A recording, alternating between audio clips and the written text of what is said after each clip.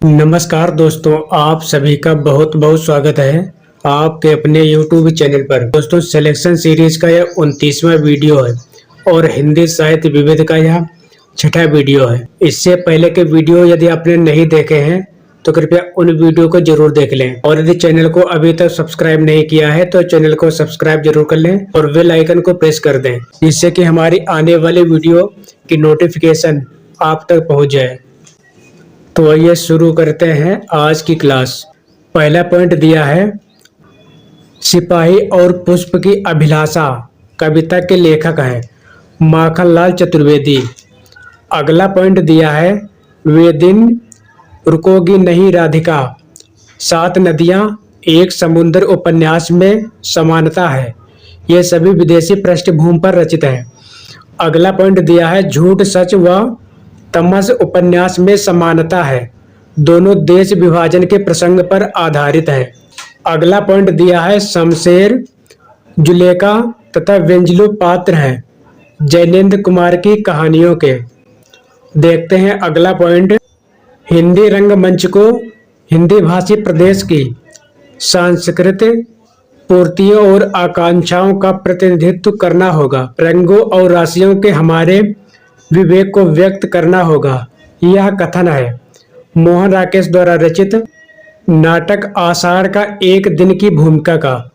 अगला पॉइंट दिया है तुलसीदास की विलक्षण प्रतिभा इस बात में है कि उन्होंने भक्त और रचनाकार की भूमिकाओं का एक साथ सफल निर्वहन किया है।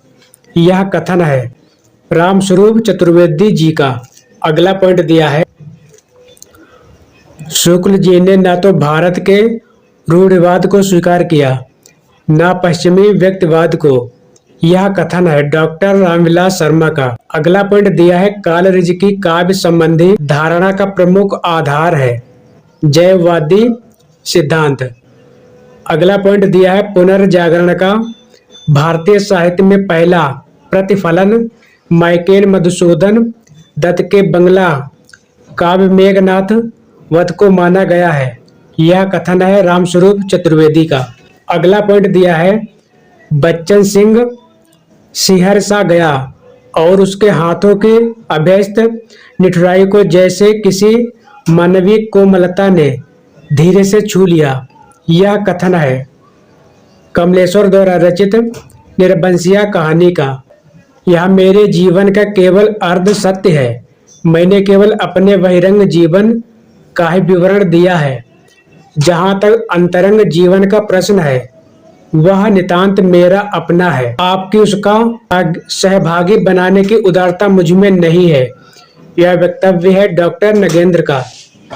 अगला पॉइंट दिया है परिशिष्ट गिरिराज किशोर द्वारा रचित उपन्यास तथा चक्रव्यूह श्रवण कुमार गोस्वामी द्वारा रचित उपन्यास है में जो समानता है वह है दोनों विश्वविद्यालयी परिसर पर आधारित उपन्यास हैं। अगला पॉइंट दिया है आध्यात्मिक रंग के चश्मे आजकल बहुत सस्ते हो गए हैं।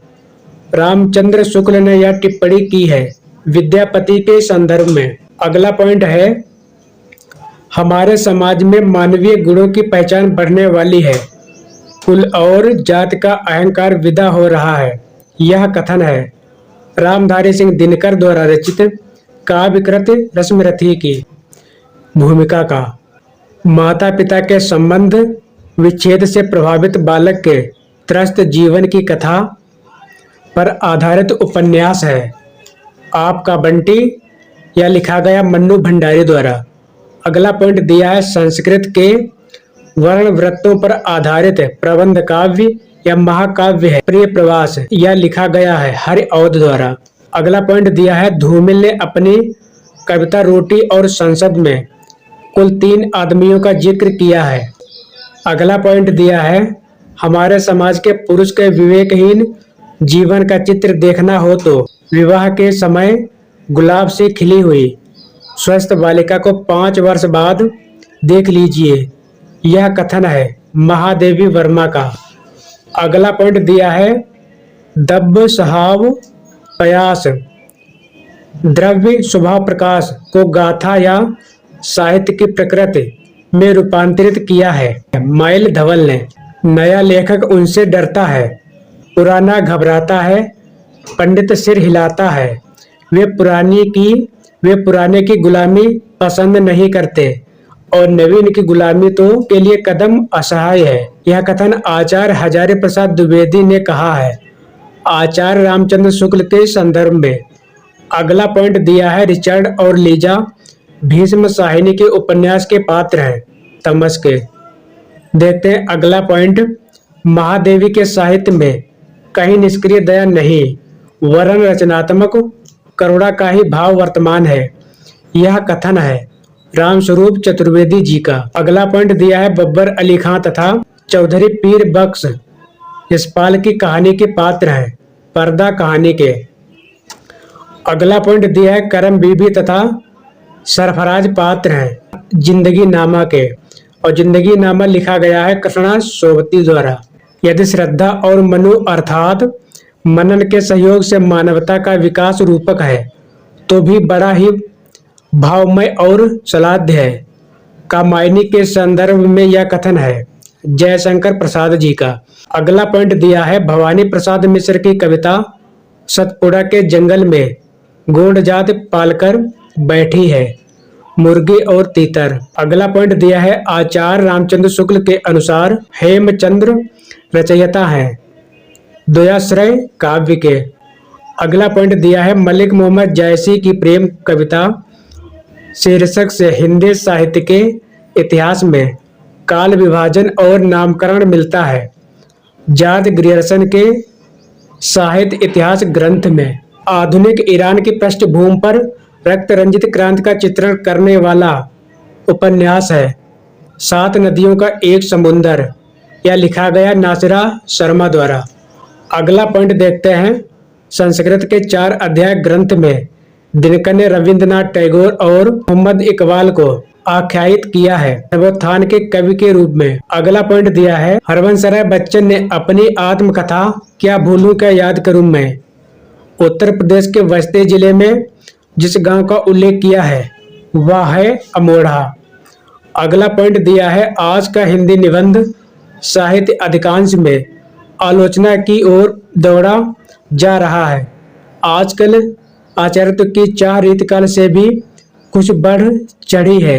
यह कथन है बाबू गुलाब राय का।